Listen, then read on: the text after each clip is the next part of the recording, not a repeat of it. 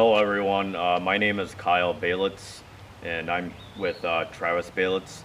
We're here to do another little interview here um, about my brother's hospitalizations. So how many times have you been hospitalized and when? I've been hospitalized 7 times.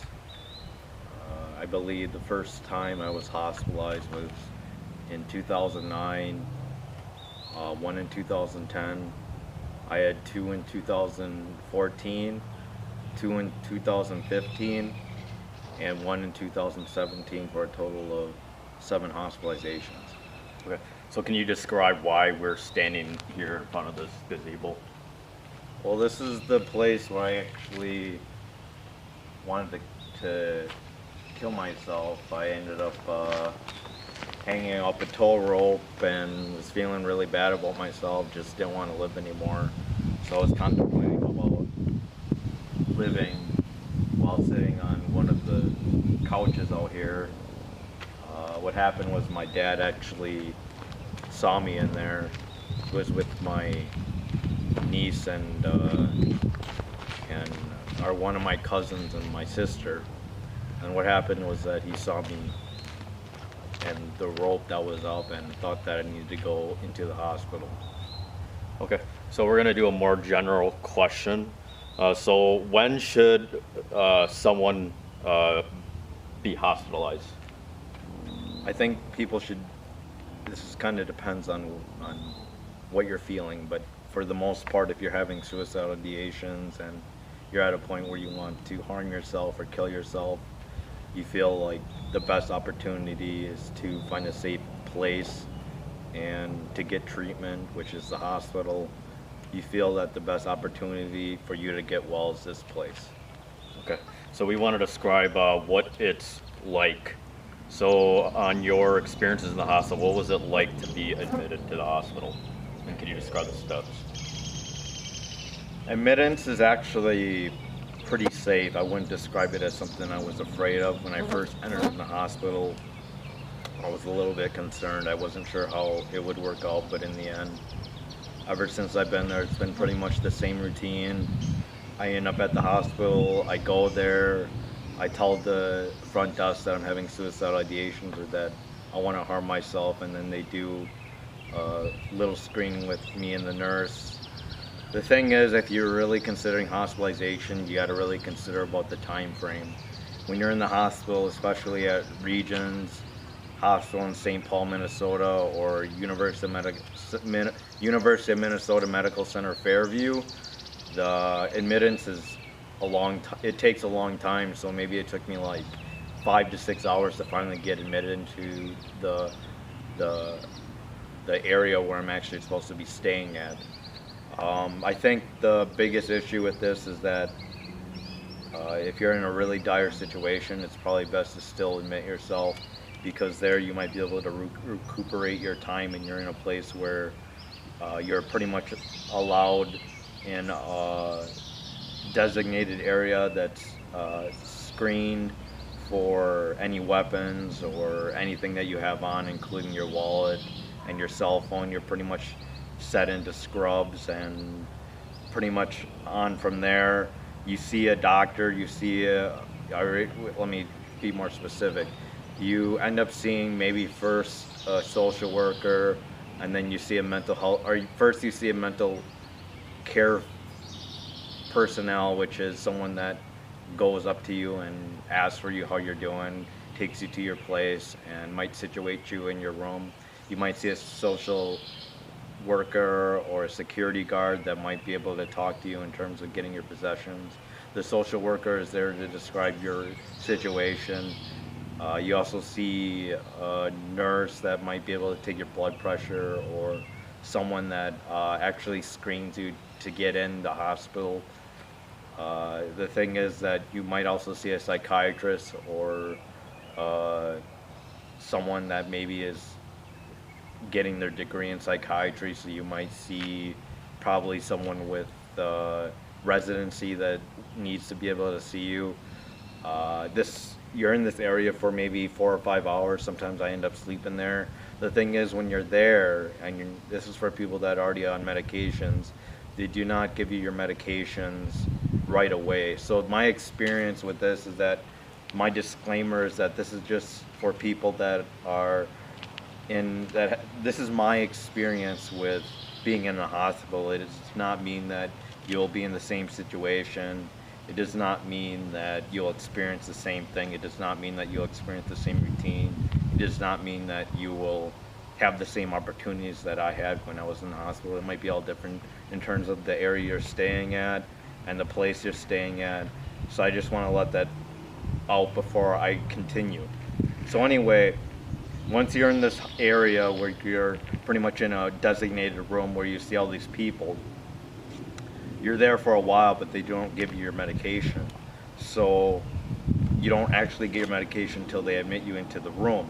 So the thing is, when they find space for your room, that is where you go to. But you might be there possibly for 5 hours or maybe even overnight. Sometimes I don't get up to the room till like 3 a.m. in the morning, and I might be admitting myself from 5 to 6 p.m. at night. So be aware of the time frame that you're there. If you still don't feel safe, it's probably beneficial to tell all the people that what you're experiencing when you do get admitted. So the thing is, the first day when you're there, the first morning, you see another nurse or a charge nurse. They might admit you into the hospital stay and they designate you to your room. So with U of M, I end up sharing a room, but at Regions, I end up having my own room. It was actually pretty nice. We'll get into more details later, but I just want to describe the overall feel, what it's like. Okay. So you talked about the admittance. Was there any rules or regulations like shoestrings or anything like that? Yeah, I just want to describe more of the information here. So what do you got there? So this is my folder that I get from Regions. They pretty much list everything in there that describes your entire situation. The thing is that there's restricted items, so you can't have weapons of any kind, alcohol, razors, cameras, keys, pagers, alcohol-based mouthwash, medicine, matches, metal nail filers, safety pins, belts, shoestrings, drawstrings, or scarves. It's important. The truth is, if you have been admitted before, you can bring your own clothes, but you can't have shoestrings and you can't have drawstrings, scarves, or belts, because it's a possibility that could be a hazard in the future if you want to hang yourself. There's also a not admittance of neck jewelry, pointed toe or steel toe boots, open beverages, plastic cans, glass items, soda cans. So when you also enter in there, they might be able to give you certain items such as electric shavers, mirrors, cans, sewing needles, aerosol cans, fingernail polish, money, scissors, hair dryers, perfume, medical equipment, cell phones, computers. I know that was a little fast, but I don't want to go into too much detail, since the most important part is getting yourself there, getting yourself into a place where you're safe and you can continue to get the help that you need in order to get the treatment that you desire. Okay, great. So can you describe your day-to-day activities? What is the people that need to get admitted, what should they expect?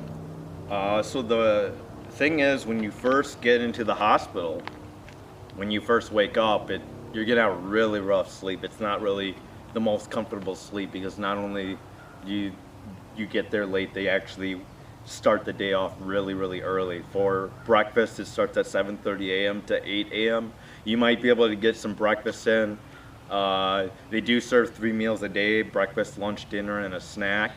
However, the thing is, if you're eating breakfast this early, you don't want to get up. No, it's not voluntary to get up, but most likely, if you want to see the psychiatrist in a good manner and they're seeing that you're doing okay and progressing, they want to see you during the morning. So they might see you after breakfast, a little after breakfast, between groups.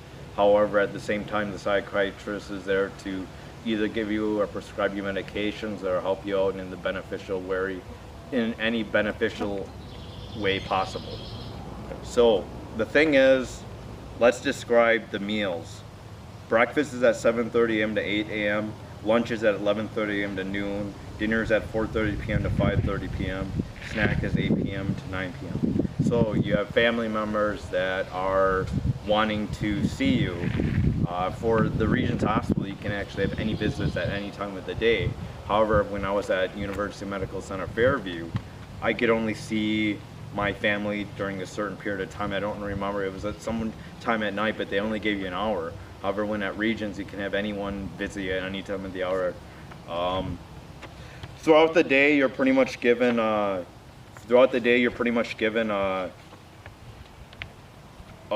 routine. There's different groups that you can attend to throughout the day. Let me discuss in general about the food. So food, I don't know how long I was there, but this is all the green sheets I did to fill out the food that they give you. They definitely pack on a good meal throughout the morning, afternoon, and dinner, and a snack. They provide that. Let me just describe what they can prescribe during the morning. They might prescribe you fresh fruits, scrambled eggs, or brine muffins, blueberry muffin, or fresh fruit blueberry muffin oatmeal, or fresh fruit cup blueberry muffin cornflakes. They might give you some beverages: orange juice, cranberry juice, apple juice, skim milk, 1% milk, coffee, decaf, coffee, black tea, herbal tea, chocolate. Let me see. And during the dinner hours, they give you turkey, chicken breast, grilled chicken, chicken noodle soup, white macaroni and cheese, pork loin, broccoli soup, beef stir fry and sauce, grilled chicken salad, minestrone soup, Salisbury steak, grilled fish tacos, pineapple salsa, pasta primavera, turkey rice soup, crispy baked chicken breast, portobello stew, turkey rice soup, hamburger, fruit plates, and there's a whole bunch of other meals that you can take, but they give you like a 3 items to choose from a day that are all different throughout the day.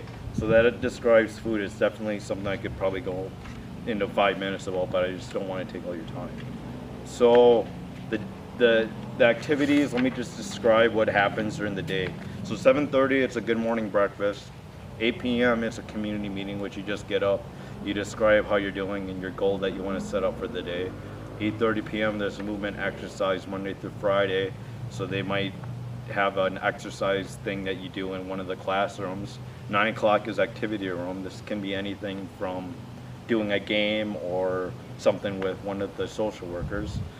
There's another, at 9:15 there's another movement and exercise Saturday and Sunday. 10 o'clock there's OT, illness management and recovery. Monday through Friday, this is usually something that is a small class for people that are maybe considering trying to find some more information how to maintain their health. There's 11 o'clock nursing group or dietary group, described more in meds. At 11 a.m. visiting hours begin. At 11:30 lunch, 12:30 program therapist is anything that describes therapy. Program therapist could be anyone that might be able to describe an activity or set up an activity for people to do, or maybe something that's related to a lecture. At 12:30 program therapist or diagnostic education. 1:30 OT clinic, which is anything from Monday through Friday. I think OT clinic's more related to mental health. 1:30 OT illness management recovery or clinic Saturday and Sunday. 2:30 diagnostic education, which is more based on mental health and a lecture on that. 3 o'clock personal reflection. 3:45 music therapy. 4 o'clock community meeting, which is another one to describe what you're doing. 4:30 dinner. 4:30 family education and for parents and families. 6 o'clock personal reflection, 8 o'clock evening snack. 8:30 visiting hours and relaxation group at 9, and then it's pretty much good night. So let me describe more in general about my favorite class.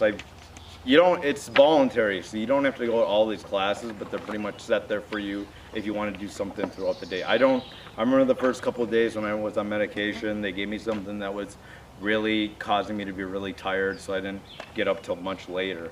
However, my favorite class is the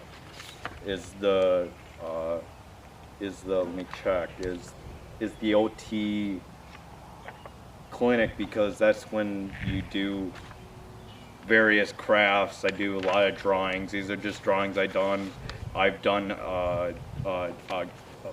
dream catcher. I've done tile work on other various things, and there's other various things you can paint.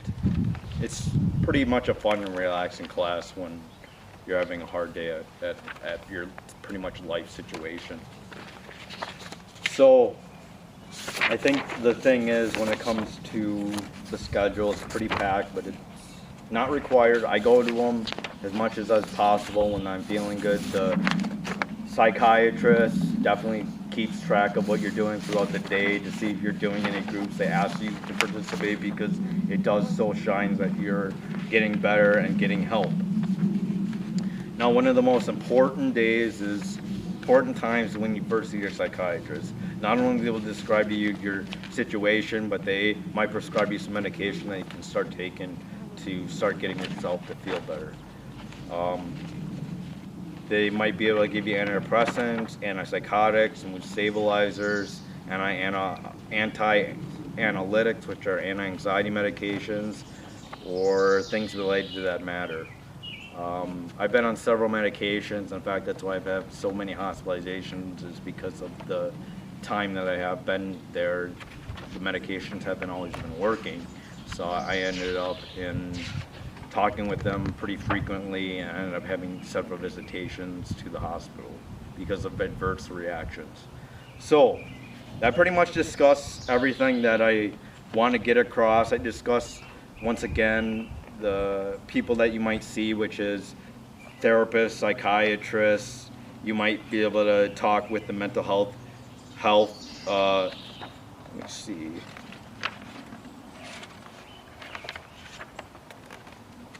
You might talk with social workers, mental health associates, registered nurses, occupational therapists, and that is pretty much it.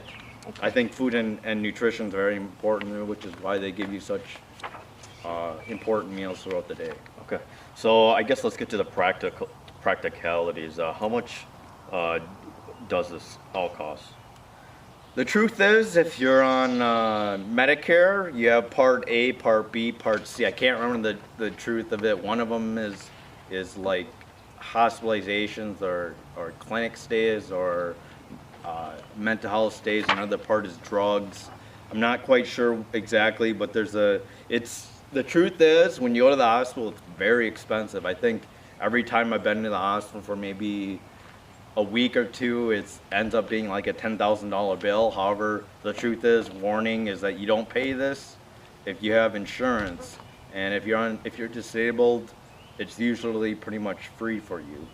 However, if you're on like any type of insurance where you're working full time, you might have a bigger chunk of money in which you owe.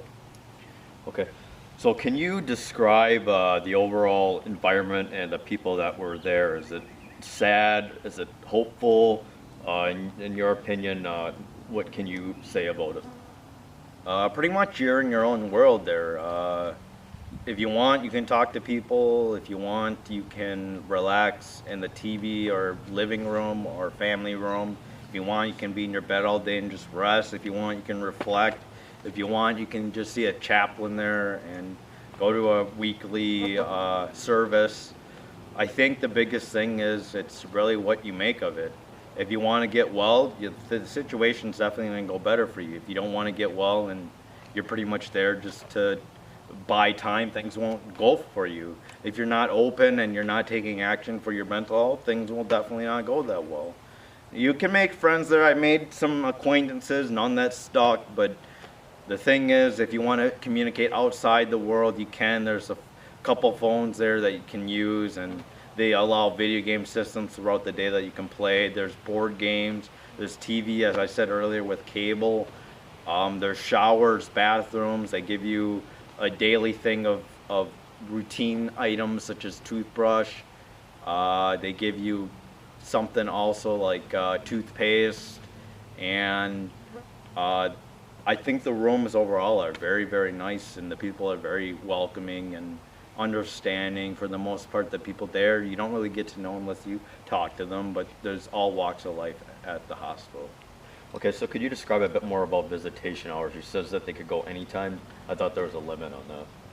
So visiting hours is anywhere from 11 a.m. to 9 p.m. for at regions where I was at, but sometimes at the other hospital that I was at, which was the University of Minnesota Medical Center Fairview, they only had visiting hours from like 4 to 5 or 5 to 6, one of the two, and it wasn't very long. So it really depends on the state that you're at, and that will determine how long visitation hours is and when. Can you describe how long people have to be there, or such as yourself? What's the duration you recommend, or what you know about? So the truth is, if you're in a really bad situation, there might be a 72-hour hold, so you're there for 3 days. That is dependent on the psychiatrist and the social workers that you meet. However, for the most part, I was voluntary. They did recommend, for the most part, I've been there as little as 3 days, and for long as maybe 2.5 to 3 weeks waiting for an IRTS, which we can discuss later. If you are in severe case of being in the hospital, it's cheaper to be in an IRTS, or which is intensive residential treatment, and that is some place that you can go for a group home where they do groups and they have routines and they give you little jobs, and we can discuss more about that later. Do you know if they cut you off, how long you stay in the hospital, to add on to that? What do you mean cut you off? Do they not allow you to be admitted anymore? Is there a cap level to how long they get to stay in the hospital? There's no cap level. It really depends on, it's all individual and the psychiatrist. If you're waiting for a group home, you might be there for a very long time. If you're waiting for a housing, if you have housing issues, you might be there for a long time. The social worker can definitely try to find you a way. There's a discharge summary that you have to fill and try to fulfill when you are there. There are various services outside of therapy, like DBT, ILS worker, therapists, psychiatrists outside of that that can help you in terms of recovering outside the hospital. Okay, we covered quite a solid ground. I think this might be the last question. So, for people out there looking to go in the hospital, could you give advice about that, about whether they should be scared, or some moral support that you could give to them? So for the most part, like I said before, if you are really down and you're suicidal and you're in terms of where you want to harm yourself, you might want to consider going to the hospital. If you really are in a dire situation, you know that you're going to take your life, it's probably beneficial to go to the hospital. However, I will include the suicide hotline in my link, or in my description below, and you can call that before you ever attempt to even consider going to the hospital. The thing is, the first time I was hospitalized, my mom took me, and it was pretty easy to do. It wasn't that hard. I sometimes went by myself later, but like, if you know you are suicidal, go. If you know you are going to hurt yourself, go. Do not hesitate, because they can save your life, and it just takes one small regret that could end up hurting yourself, killing yourself. One of these little things that could end up ruining your entire life. Not only the life around you, because you'd be dead, but the people that care about you. You might not believe that there's people that care about you, but even if there's not, you got to develop the social support so you can make life worth living, life more meaningful, and you have to take these opportunities step by step. So the number one thing when it comes to your mental health is self-care. Take care of yourself. Yeah, so to add on to that, today, or I think it's June 1st today, but the last month was Mental Health Month. They do have quite a few services, at least here. We reside in Minnesota. A group known as NAMI is very big, and they're offering courses like suicide prevention and things like that, but we could probably dabble more into that more later when we actually learn more steps about that. Okay, everyone, we're going to wrap this up. Please be safe. Try to please be happy and live a fulfilling life. I don't know if you have any other last words. My last words, like I said before, if you are scared, you've never been in the hospital before, it's probably a good experience to go, especially when you're suicidal. Don't hesitate. Like I said, this could be a dire situation for you, and in the end, it's possible that it could have some opportunities for you. Who knows? Being on the right medications could definitely be helpful for you in the long run. I think in the end, it's really up to you, but I just want you to know there's people that care about you. I know I do, especially for those that watch my channel and leave comments. I try to respond as much as possible to any of you guys that might be worried or have questions or comments. Feel free to leave some below. I just wanted to clarify, or well, we both want to clarify that mental illness can be treated, and along with suicide, which can be treated. I think most people, when they, at the moments of death, when they're like at the end of the rope, at the end of the ledge, at the end of the 45 pistol, I think one of the most common emotions is actually regret. You have a big life to live still, even though it doesn't feel like it. Just remember, the downs just only happen, even if it seems like it, they do not happen all the time. There still is a better life out there. I know there's a quote out there that states that when you kill yourself, yeah, sure, you end the lows, but how will you know if how will you know if things will get better? You won't. So I'm happy that my brother has survived 11 years. I'm sure there's times that he just don't want to be here, but look at him now. He's been holding a job, and I think we're fairly fulfilled. We enjoy doing these type of videos. So if you could, please like and subscribe if you want to hear more mental health awareness videos. I feel like this is kind of the things that we're kind of experienced in. Okay, all right, you have a good one, everybody. All right, thank you. Yep, bye.